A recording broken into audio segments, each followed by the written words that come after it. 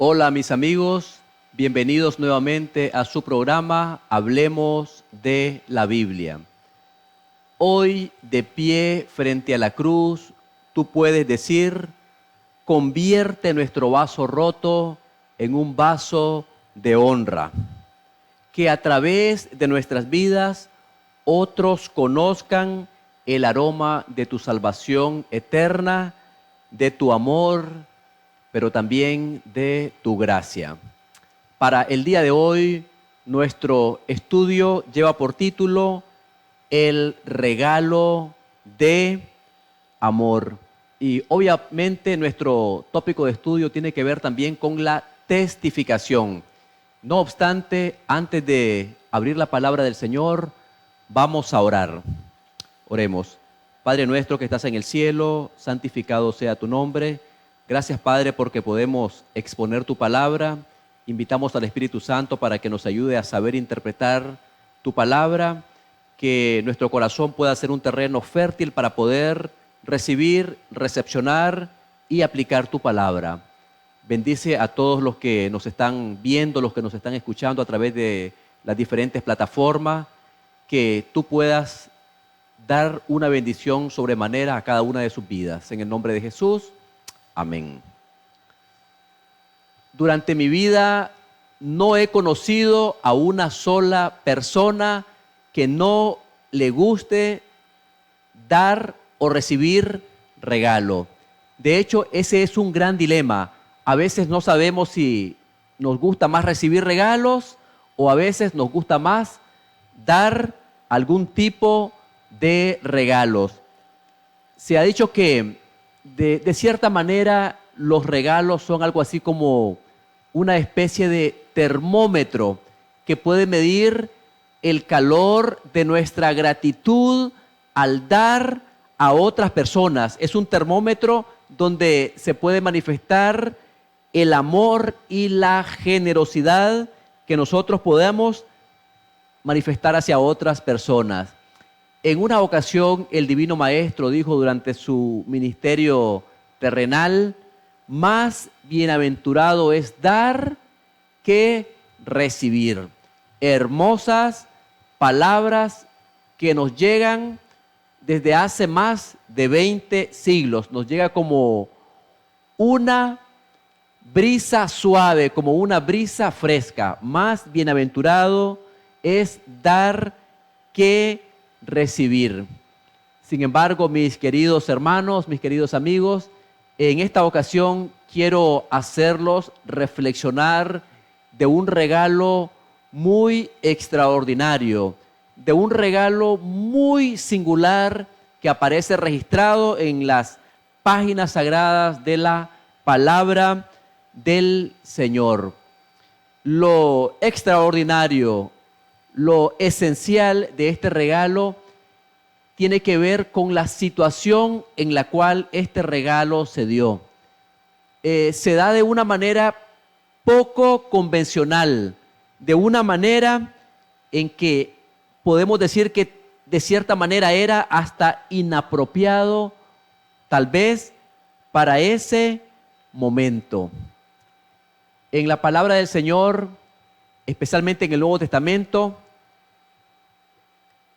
los 4 evangelios tienen un evento que cada uno nos da una perspectiva diferente.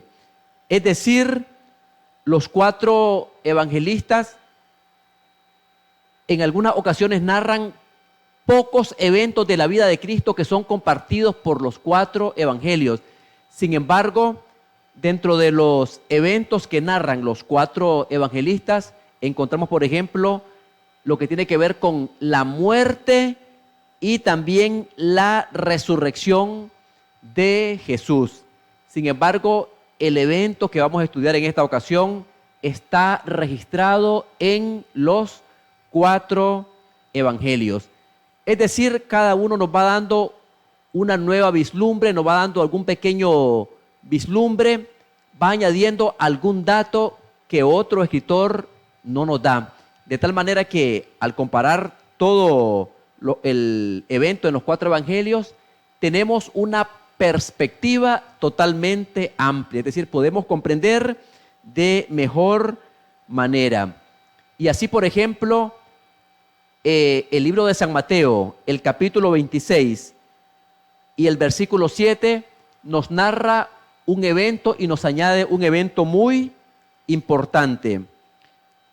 Dice la palabra del Señor, San Mateo 26, el versículo 7. Se le acercó una mujer con un vaso de alabastro de perfume muy costoso y lo derramó sobre la cabeza de él que estaba sentado a la mesa. Aquí San Mateo dice que vino a Jesús una mujer con un vaso de alabastro y lo derramó sobre la cabeza de Jesús. Sin embargo, San Marcos nos da un detalle. Dice de esta mujer que quebró el vaso de alabastro. Es decir, añade otro detalle importante. Esta mujer quebró el vaso de alabastro. Y obviamente en el mismo evangelio según San Marcos, en ese Jesús describe este evento o la obra que la mujer ha hecho como que ha hecho una buena obra. También el evangelista Lucas dice que era una mujer pecadora de la ciudad. Vamos a ir al libro de San Lucas, el capítulo 7 y el versículo 37. Aquí nos da un detalle muy importante.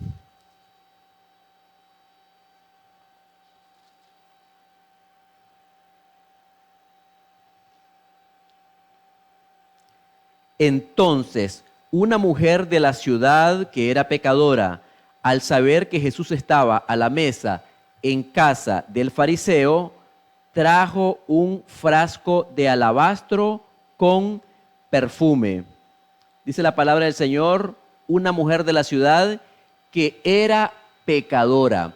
Ese detalle lo pone en perspectiva el evangelista Lucas. Sin embargo, en el Evangelio de Juan, que fue escrito algunas décadas después de sucedido este evento, menciona el nombre de esa mujer. Menciona que se llamaba María.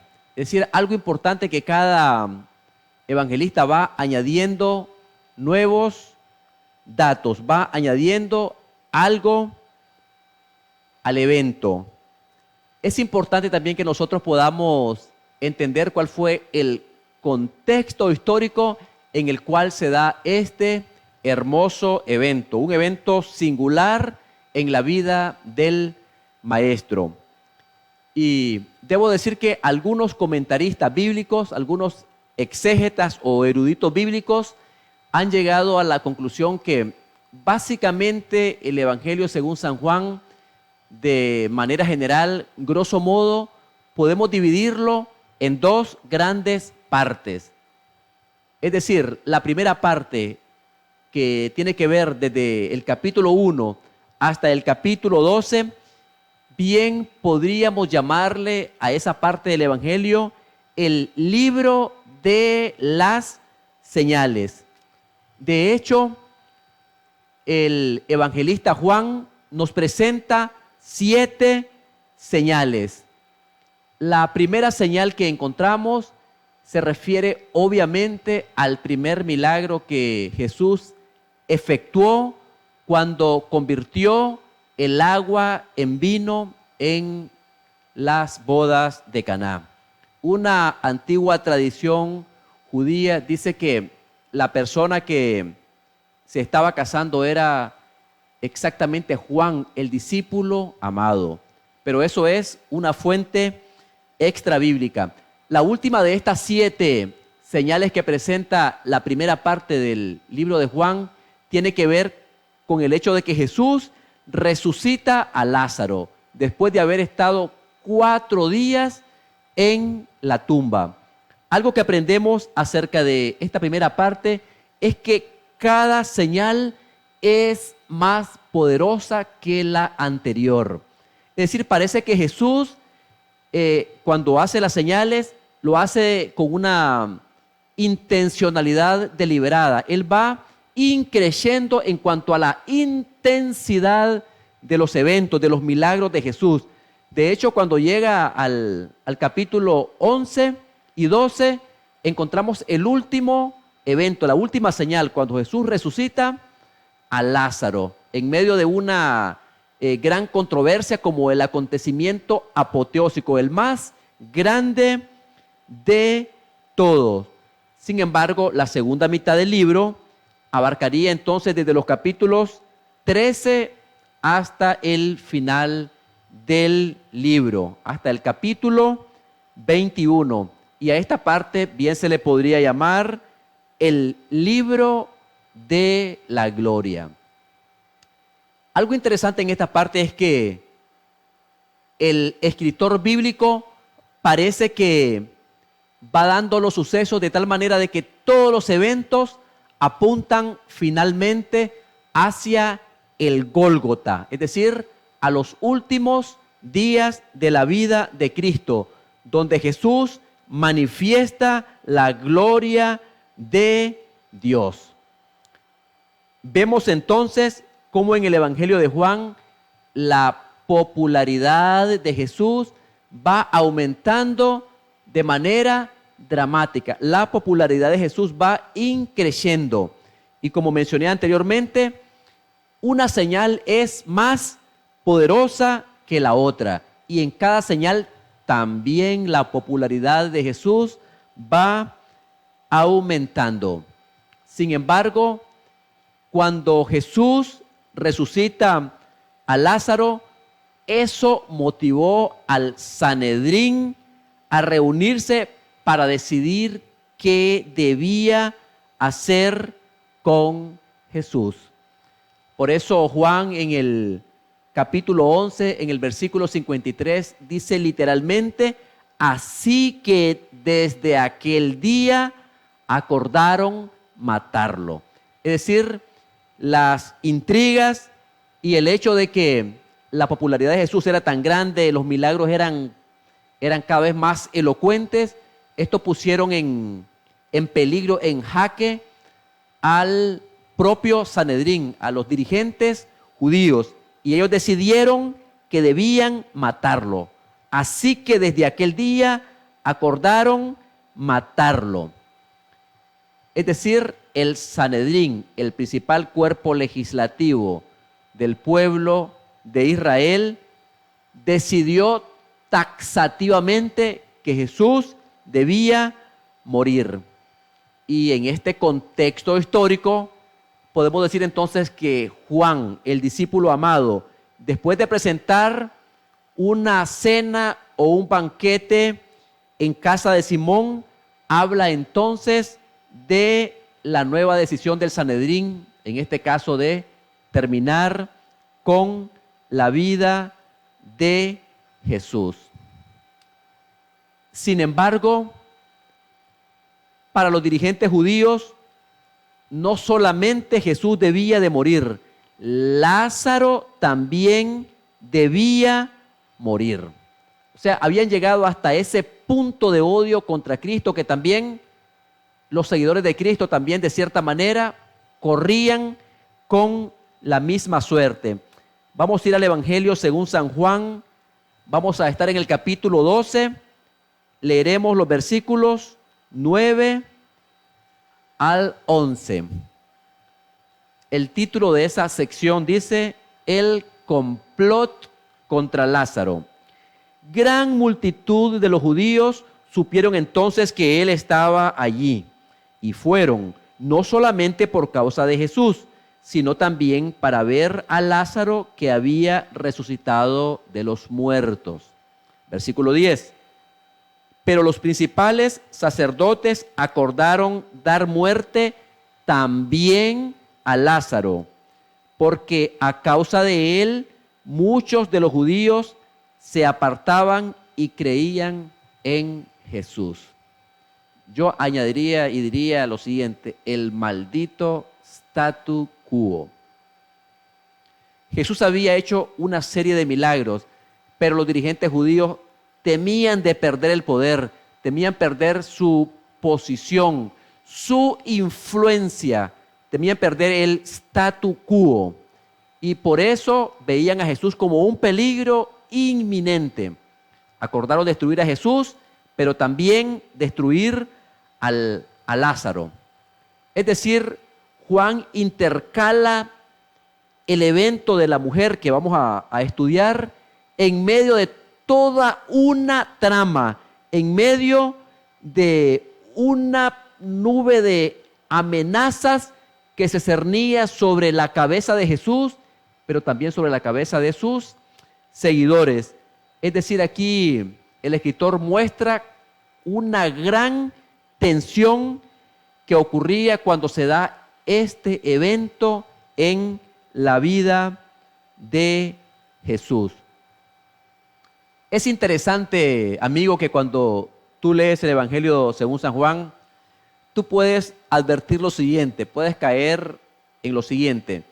Cuando tú analizas la primera parte del libro, el capítulo 1, el capítulo 12, te darás cuenta de que Juan presenta una cronología de lo que ocurre durante la primera semana de actividad mesiánica. Es decir, narra lo que Jesús estuvo efectuando de manera cronológica después que Jesús fue bautizado. Es decir, la primera parte del libro se centra en la primera semana después de que Jesús fue bautizado. Es decir, cuando Jesús fue ungido por el Espíritu Santo en ocasión de su bautismo. Sin embargo, ahora Juan comienza la cuenta regresiva durante la última semana antes de la crucifixión. Es decir, ahora en los últimos capítulos, Juan de manera deliberada escribe la última semana, es decir, la última semana que nosotros conocemos como la semana de la pasión, la muerte y la resurrección de Cristo Jesús. La primera parte hace hincapié a la primera semana, inmediatamente Jesús es bautizado. Pero los últimos capítulos de Juan hacen hincapié a la última semana como una gesta de amor, apuntando directamente al Gólgota o también al monte Calvario. Es decir, a la semana de la crucifixión. Vamos a ir al libro de San Juan, estaremos en el capítulo 12 y leeremos el versículo 1. Ahí tiene un detalle muy importante para analizarlo. El capítulo lleva por título Jesús es ungido en Betania. Versículo 1. 6 días antes de la Pascua fue Jesús a Betania, donde estaba Lázaro, el que había estado muerto y a quien había resucitado de los muertos. Dice el registro sagrado, 6 días antes de la Pascua vino Jesús a Betania.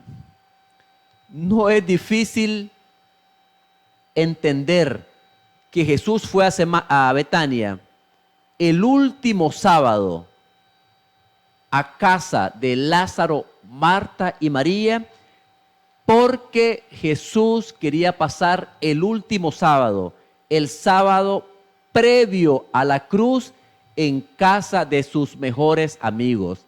Quería pasar en casa de Lázaro, Marta y María. De hecho, mis queridos amigos y hermanos, en este punto quiero hacer la siguiente aplicación.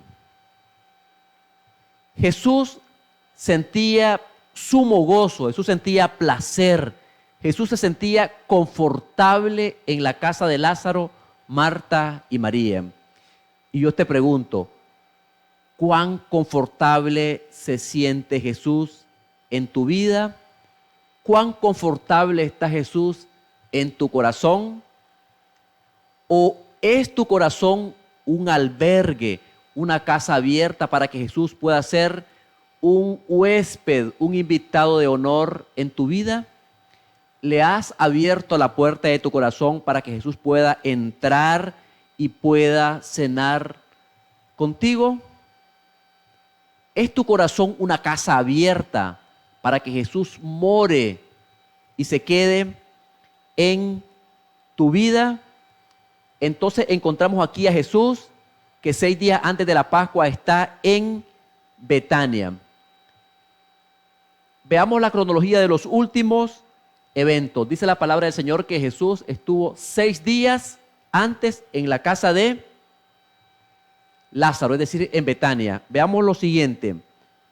El viernes de la crucifixión fue el día 14 del mes de Nisan, que era el primer mes del calendario judío, del calendario propiamente religioso.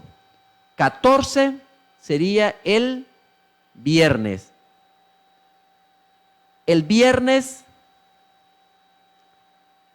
sería el día 14, el jueves sería el día 13, el miércoles sería el 12 de Nisan, el martes sería el 11 de Nisan, el lunes sería el 10 de Nisan, el domingo sería el 9 y el sábado sería 8.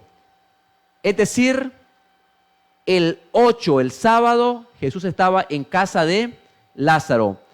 Sin embargo, realmente el viernes por la noche comenzaba el 8, es decir, el sábado, según el cómputo bíblico, comienza de puesta de sol a puesta de sol. Es decir, Jesús vino desde el viernes por la tarde para estar con para estar con Lázaro, Marta y María. Es decir, los 6 días serían jueves, miércoles, martes, lunes, domingo y sábado.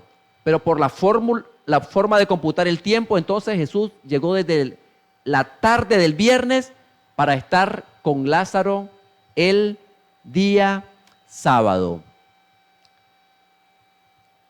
Jesús en casa de Simón. Simón era un fariseo. Había sido fariseo. Sin embargo, Simón se consideraba a sí mismo como un discípulo o un seguidor de Jesús. Este fariseo quería honrar a Jesús preparando una cena muy especial para Jesús. Se dice que Simón llevaba el epíteto de el leproso porque había padecido esta terrible enfermedad y Jesús lo había sanado. Veamos entonces el contexto. Simón había sido leproso, pero también era fariseo. Y como todo fariseo legalista, Simón pensaba que debía hacer algo para pagar el milagro que Jesús había hecho. Como todo legalista pensaba que debía pagar por su curación. Es decir, no había entendido que Jesús lo había sanado por gracia, por amor, y que él debía aceptar ese milagro como tal. Entonces, por esa razón ofrece a Jesús una cena. Obviamente en esta cena estaban los principales amigos de Jesús, estaban sus discípulos, posiblemente estaban otros judíos y también estaba Lázaro, quien recientemente había sido resucitado de los muertos. También estaba presente Marta, la hermana de Lázaro, quien era la persona que se estaba encargando de preparar los alimentos y era la encargada del menú. podemos decir que este es el último registro donde se mencionan a los tres hermanos en un mismo evento. Aquí tenemos a Lázaro, Marta y María. Yo bien pudiese hacer una pregunta de rigor y diría lo siguiente: si nosotros tuviésemos la oportunidad de retroceder en el tiempo y estar presente en esa cena que ofreció Simón, ¿qué es lo que nos interesaría? ¿En qué estaríamos interesados? ¿Estaríamos interesados en hablar del menú? ¿Estaríamos interesados en ver que por qué no hay ninguna mujer dentro de la fiesta? O tal vez estaríamos interesados en cualquier otra situación. Algo en lo que tal vez pudiésemos estar interesados podía haber sido las discusiones que tenían los que estaban presentes en ese evento. Otras cosas podrían estar también en el ambiente o en lo que a nosotros podría interesarnos. La cena que había ofrecido Simón estaba en su pleno apogeo cuando de repente, de manera furtiva, casi a hurtadillas, una mujer se desliza prácticamente sin ser vista. Sucede algo poco común, incluso indigno para la cultura de ese tiempo. Una mujer pecadora, María, entra al espacio donde se desarrolla el evento y registra la palabra del Señor que llevaba consigo una vasija que primero rompió y luego derramó el contenido sobre la cabeza de Jesús. Era obvio que esta mujer no quería llamar la atención. Entró furtivamente porque quería pasar inadvertida. Sin embargo, el motivo de ella era ungir el cuerpo de Jesús y prepararlo para su sepultura. Sin embargo, olvidó un detalle, y es que cuando ella abrió el perfume, el aroma se dispersó por todo el lugar y fue tanto que llenó toda la casa e incluso todo el patio. Y aquí nosotros podemos también entender que cuando el perfume de Jesús está en nuestra vida, no puede quedarse encerrado dentro de nosotros. El perfume debe de liberarse y las personas que están en derredor nuestra deben de percibir ese aroma agradable, ese aroma fragante que rebosa de un corazón exultante de gozo, un corazón radiante porque Jesús está en su vida. El perfume de Jesús no debe quedarse dentro de nosotros. Nosotros debemos de romper ese vaso de alabastro y hacer que el perfume fluya, que ese aroma se torne en bendición para muchas personas también. Dice la palabra del Señor que su contenido era extremadamente caro. Se dice que era de nardo puro. Se ha dicho que el nardo puro era un perfume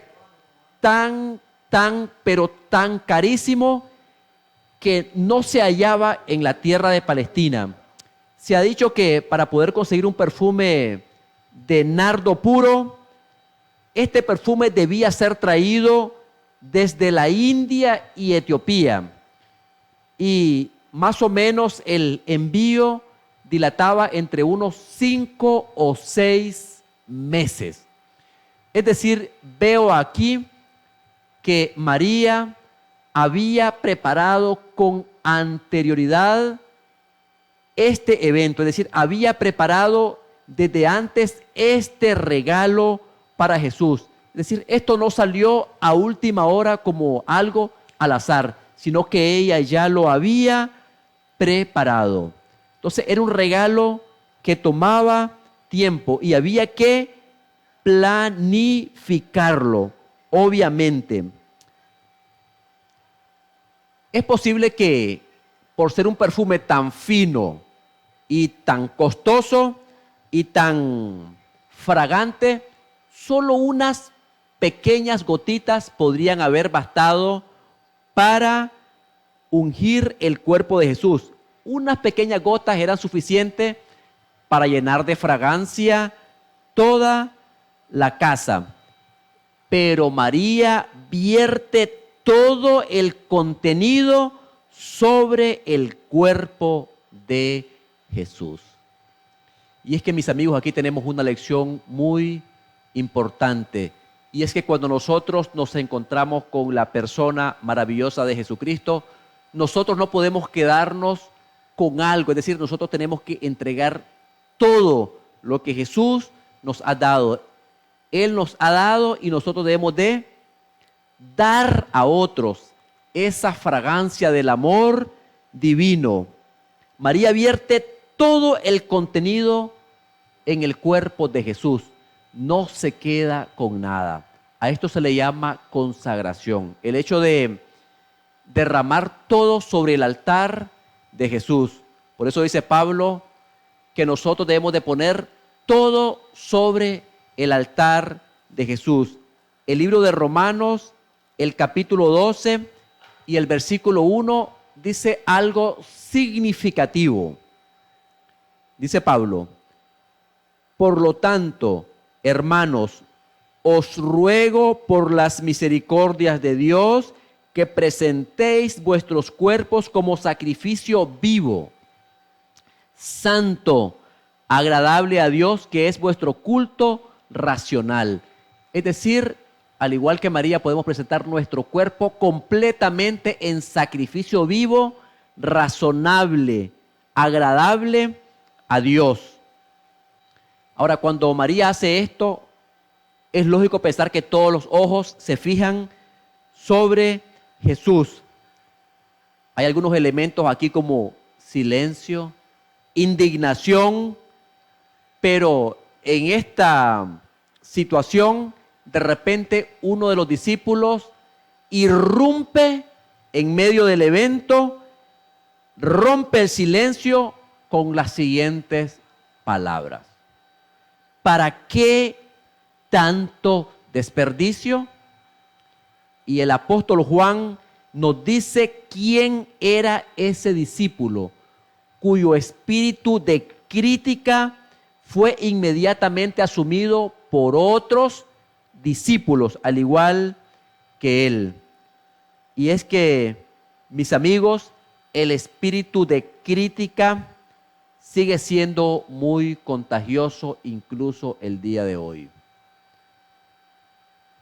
Si hemos de contagiar a los demás, no debe ser con un espíritu de crítica, ni con murmuración. Si hemos de contagiar a otros, hemos de contagiarlos en el amor de Dios.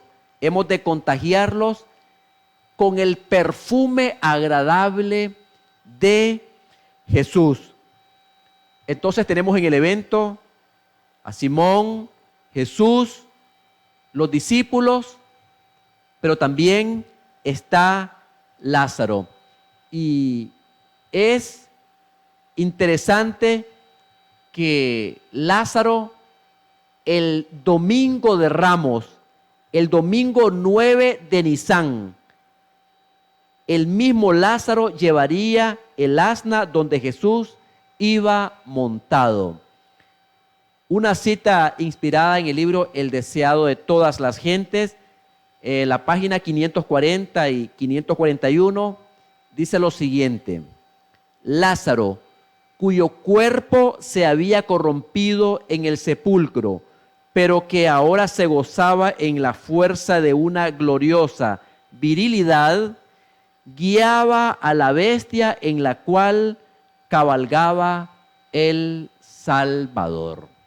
Qué hermoso privilegio de Lázaro haber guiado el animalito donde Jesús iba montado. Para que nosotros tengamos una idea del regalo de María, la suma es de 300 denarios.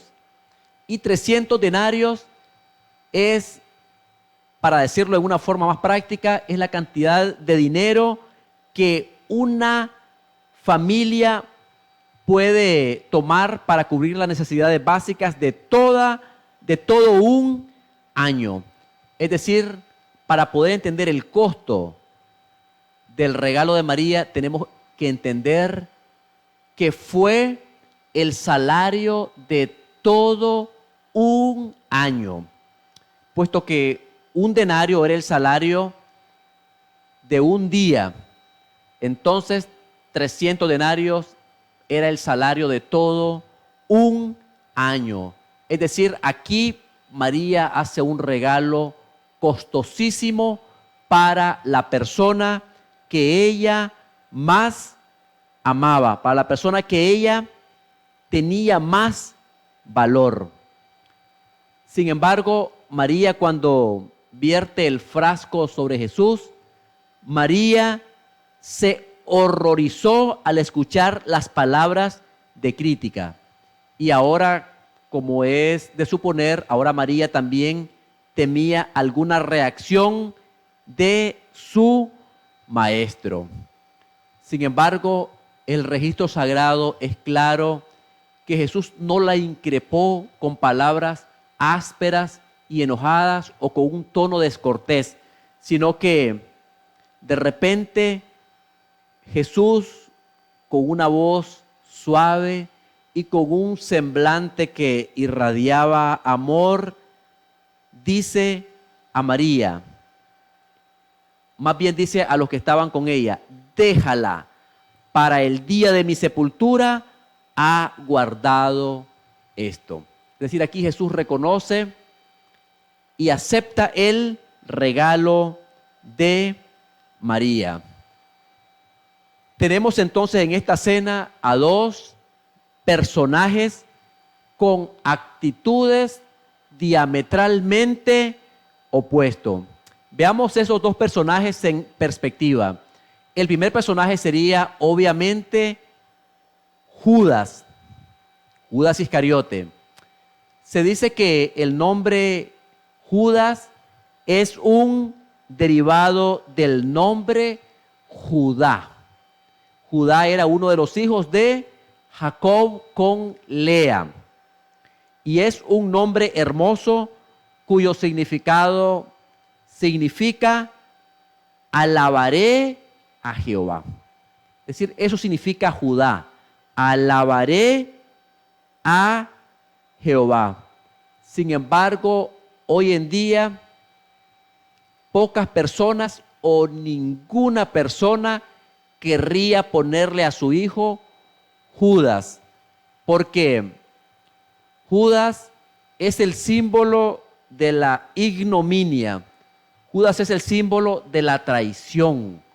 Judas es el símbolo de la avaricia, símbolo de vergüenza, símbolo de desfachatez, símbolo del político por antonomasia.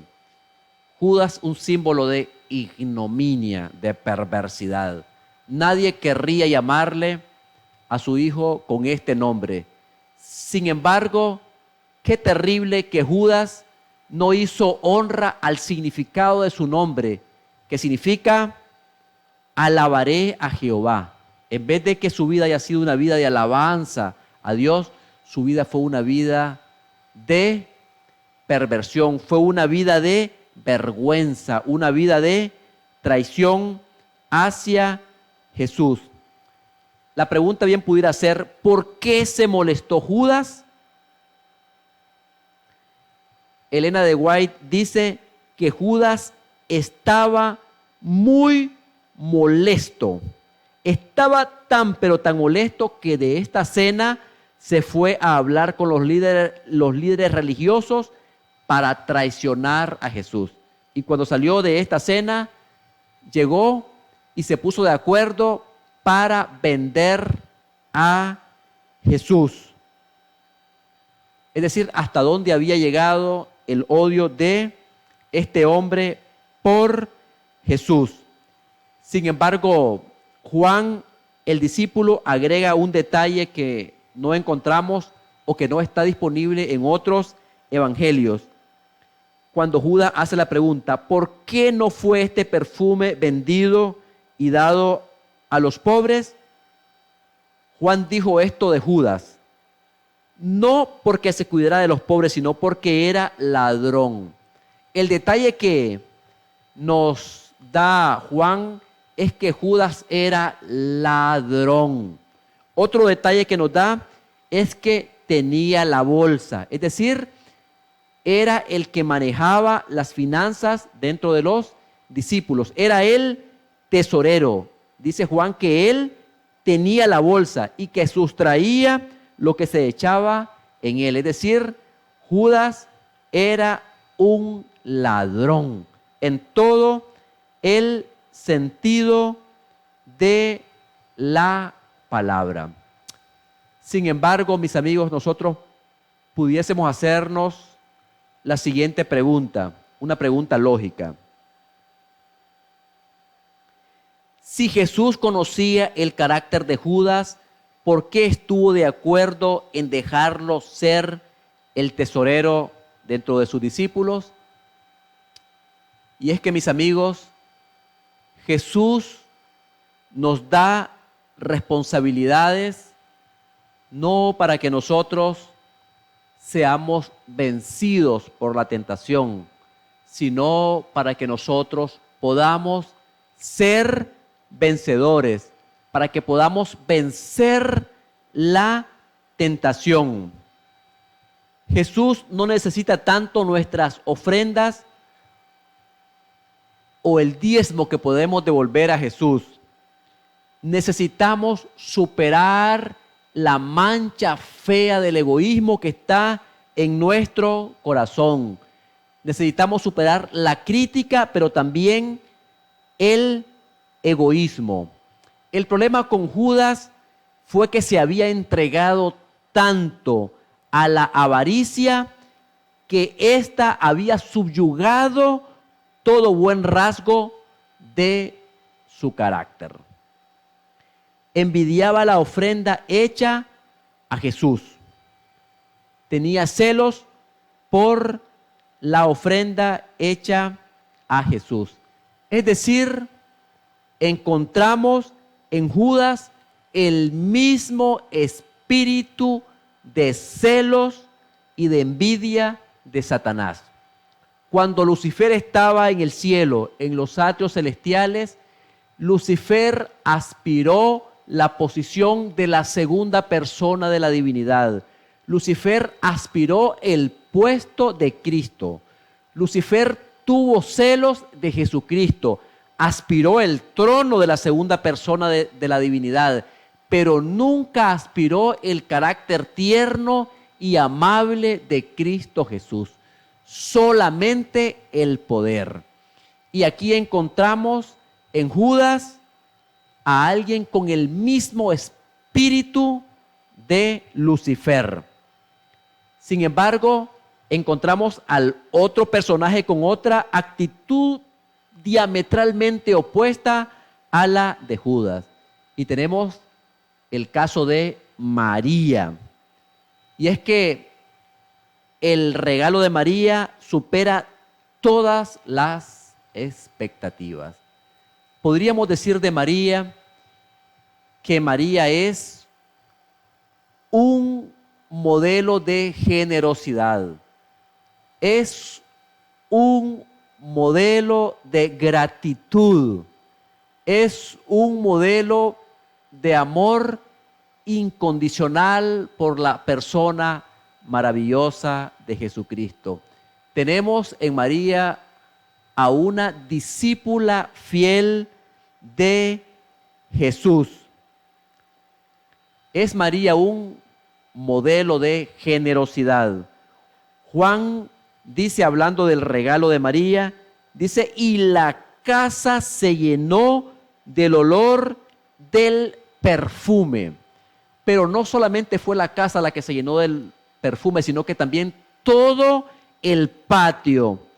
Y yo añadiría y diría que también el corazón exultante o radiante de gozo de María, también el corazón de María se llenó de ese perfume de agradecimiento y generosidad. Dice un lema que sale por televisión: la generosidad, pásala. María también es un símbolo de generosidad, un modelo de generosidad. Además de Jesús, que fue honrado en el Nuevo Testamento, María también lo fue. Vamos al libro de San Mateo, al capítulo 26, al versículo 13, y vamos a leer este versículo porque allí Jesús también vierte unas palabras que bien pudiésemos decir que María también es honrada por Jesús. Dice: de cierto os digo que donde quiera que se predique este evangelio en todo el mundo, también se contará lo que ésta ha hecho para memoria de ella. Yo únicamente estoy siguiendo el mandato de Jesús, y es de contar lo que María hizo por Jesús. Solamente estoy refiriendo lo que María hizo con Jesús. Es decir, estoy cumpliendo la parte que Jesús dijo, que donde quiera que se hable este evangelio, también se debe de hablar o contar lo que María hizo para memoria de ella. Es decir, también María fue honrada por Jesús. Nosotros bien pudiésemos decir que en la vasija que rompió María estaba toda su riqueza, estaba toda su dote, estaban todos sus sueños, estaban sus más carísimos anhelos. Es decir, María, al derramar la fragancia de este perfume, María estaba derramando todo cuanto ella tenía. Si tú pudieses hacerle una pregunta a María, bien pudieses preguntarle: María, ¿valió la pena hacer tal cosa?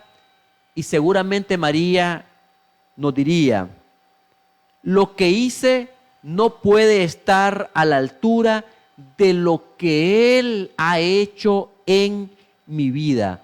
Yo solo he dado algo pequeño por algo grande que Él ha hecho en mi vida. Algo interesante que he encontrado en los evangelios es que siempre que encontramos a María con Jesús, siempre encontramos a María a los pies del Divino Maestro. Siempre encontramos a María a los pies de Cristo. Un himno antiguo dice: a los pies de Jesucristo, ¿qué palabra me habla a mí? Sitio tan feliz, precioso, cada día encuentro aquí. Estar a los pies de Cristo es el lugar más sublime de todo el universo. Siempre encontramos a María a los pies de Jesús. El lugar más alto, mi amigo, al que tú puedes aspirar. La posición más alta a la que tú alguna vez puedes aspirar en tu vida es estar a los pies de Cristo. Cuando tú estás a los pies de Cristo, entonces Cristo te cubre con su gracia. Lo más grande que podemos hacer es estar a los pies de Cristo. Es el privilegio más grande para cada uno de nosotros. Reitero, María aparece siempre a los pies del Salvador. Un detalle que encontré al analizar los evangelios sinópticos y también el evangelio de Juan, es que María aparece 5 veces a los pies del Salvador. Y en la numerología bíblica, el número 5, mis estimados hermanos, alude o hace una referencia a la gracia maravillosa e inmerecida de Dios. Es decir, el hecho de que María esté a los pies de Jesús es porque María alcanza misericordia, alcanza gracia y oportuno socorro a los pies del Maestro, a los pies de Jesús. Allí se halla salvación y oportuno socorro a los pies del Salvador. Se ha dicho de que el criterio para dar regalos es diferente al del diezmo. Cuando nosotros devolvemos nuestro diezmo, es simplemente nuestro deber. Y los deberes en la Biblia se expresan en términos específicos para que sean claros. Es decir, cuando hablamos del diezmo, estamos hablando de devolver al Señor la 10ª de todas nuestras entradas o ingresos. Pero las ofertas no se limitan a un número matemático exacto. Por eso es que las ofrendas están determinadas por nuestra gratitud y nuestro amor hacia Jesús. El extraordinario regalo de María es una expresión del amor y del aprecio por Dios que resulta de un corazón lleno y rebosante de alegría. Son nuestras ofrendas, no nuestro diezmo, lo que muestra cuánto amamos realmente a Dios. Cuando devolvemos nuestros diezmos, lo que estamos diciendo es que somos fieles a Dios. Los diezmos, la devolución de los diezmos muestran la fidelidad a Dios. Pero cuando damos nuestras ofrendas, muestran cuánto nosotros amamos a Dios, puesto que es una expresión del amor y la gratitud que sentimos por la persona maravillosa de Jesucristo. Por eso Jesús le dijo a Simón, quien miró a María y juzgó a Jesús: mas aquel a quien se le perdona poco, poco ama. Pero también a la persona a la que se le perdona mucho, mucho ama. Y María había sido perdonada muchas veces por el Divino Maestro, y por esa razón María respondía en esta forma tan sublime, tan maravillosa.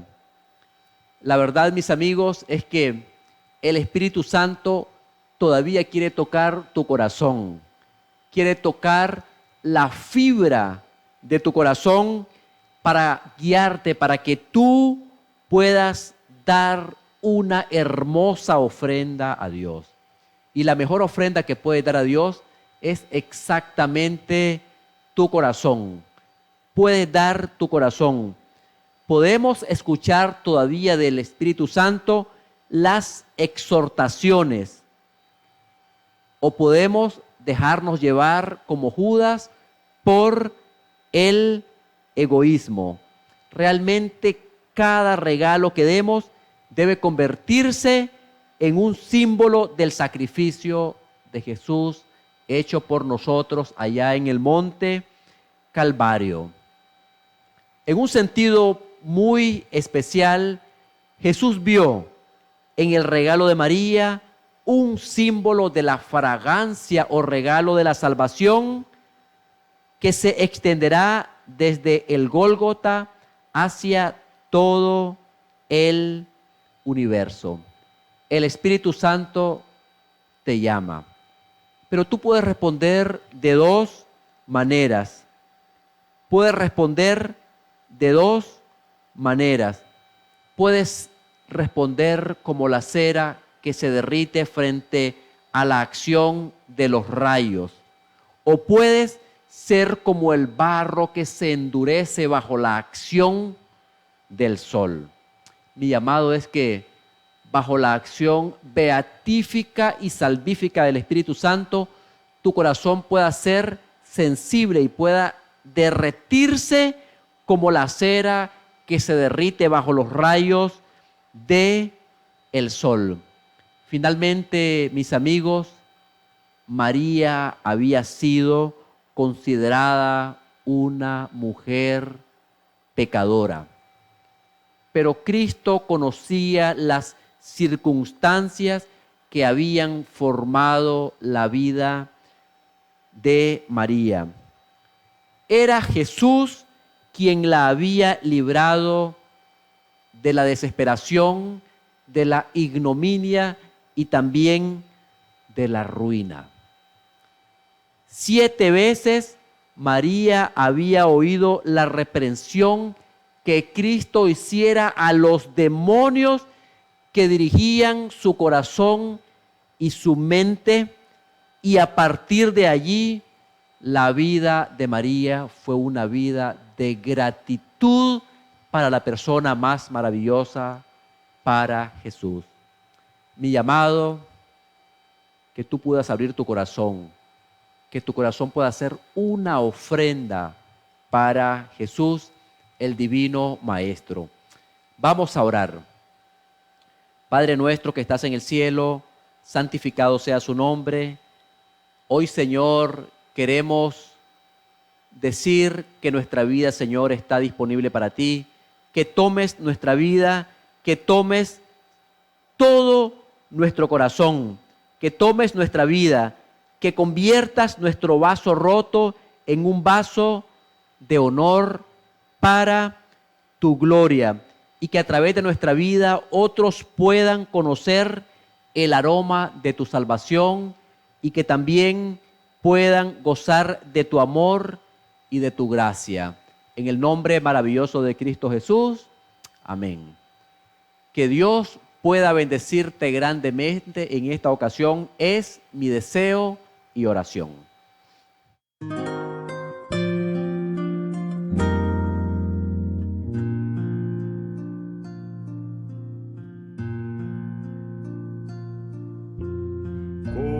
¿Cómo agradecer lo que hiciste en mi favor? Aunque indigno soy, me salvaste por tu gran amor. Las voces de un millón de seres no alcanzan para agradecer, pues lo que soy y lo que espero ser, lo debo todo a ti. Adiós.